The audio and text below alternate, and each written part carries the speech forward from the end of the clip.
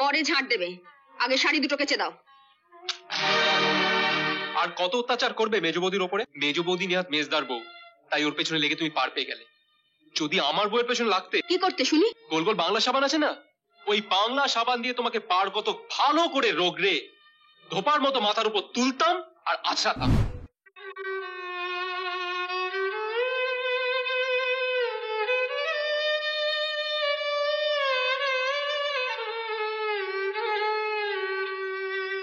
এ তোর কি হলো রে পূজা? একটা কাপও ভাঙছিস না। কাপ ডিশ কি ভাঙবো বড় মা, বুকটাই আমার ভেঙে গেছে।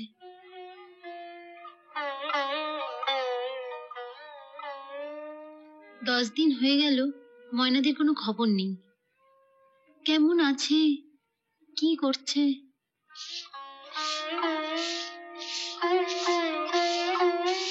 আমার শাড়ি দুটো কেচে দিতে বলেছিলাম। উঠোনটা ঝাড় দিয়েই কেচে দিচ্ছি। পরে ঝাড় দেবে, আগে শাড়ি দুটো কেচে দাও।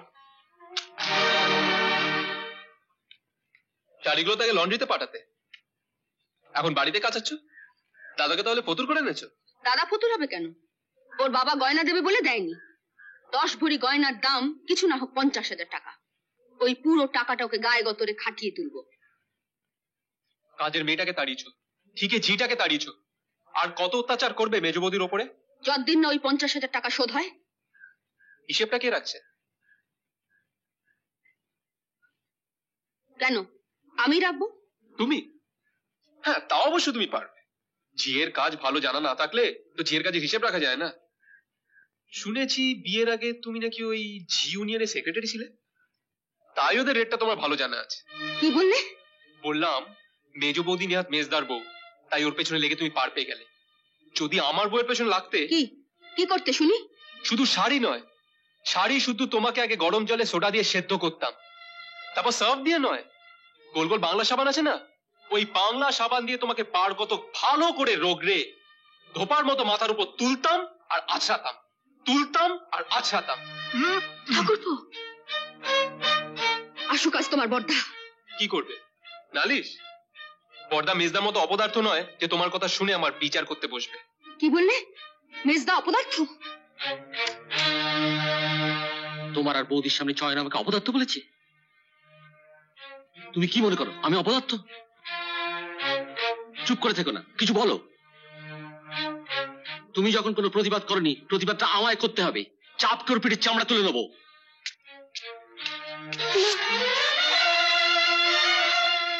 সরে যাও। না, তুমি ঠাকুরপোকে কিছু বলবে না। ও আমায় যা ইচ্ছে তাই বলবে, আর আমি কিছু বলবো না? আমি প্রতিবাদ না করে চুপ থেকেছি। যা সাজা দেবার তুমি আমাকে দাও, আমি মাথা পেতে নেব। যা সাজা দেবো তুমি মাথা পেতে নেবে? হ্যাঁ। স্মৃতি সিঁদুর ছুঁয়ে বলো। এতে সিঁদুর ছোবার কি আছে? বললাম তো, তুমি যা সাজা দেবে। সিঁদুর ছুঁতে আপত্তি কিসের? নাও দিলাম, বলো। আমি না বলা পর্যন্ত কাল থেকে তুমি চয়নের সঙ্গে একটা কথা বলবে না। ডাকলেও সাড়া দেবে না। কিন্তু আরো যেন জানতে না পারে আমি তোমাকে ওর সঙ্গে কথা বলতে বারণ করেছি। চোখে যতই জল আসুক, এটা কিন্তু খেয়াল রেখো, তুমি কিন্তু আমাকে শীতের সিঁদুর ছুঁয়ে কথা দিয়েছো।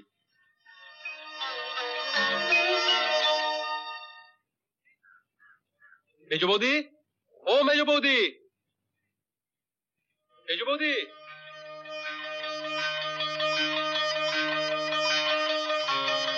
কি রে বাবা, সাড়া দিচ্ছে না কেন?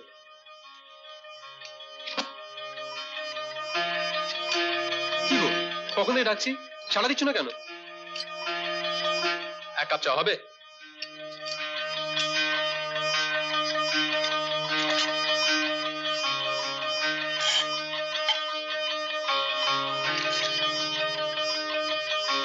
আমি কি করেছি? তুমি আমার সাথে কেন কথা বলছো না? কি হলো? হ্যাঁ,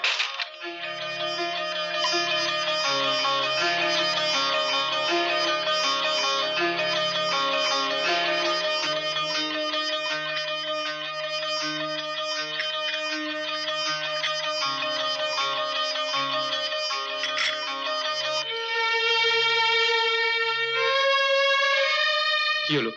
তুমি তুমি আমার সঙ্গে কথা বলছো না কেন?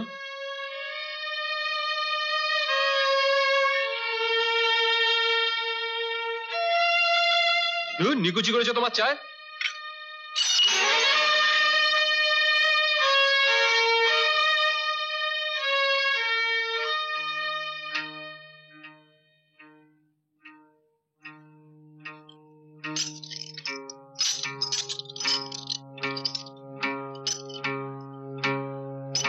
নতুন কাপটা ভাঙলো কি করে? কি হলো, চুপ করে আছো যে? হাত ফসকে পড়ে গেছে। কোন লাট সাহেবের বেটি এসেছো যে একটা কাপও ঠিক মতো ধরতে পারো না? বাবাকে চিঠিতে লিখে দিও, যেদিন 10 ভরি সোনা নিয়ে আসবে সেদিন তোমার ভাঙার জন্য যেন 10খানা কাপ প্লেটও সঙ্গে করে নিয়ে আসে।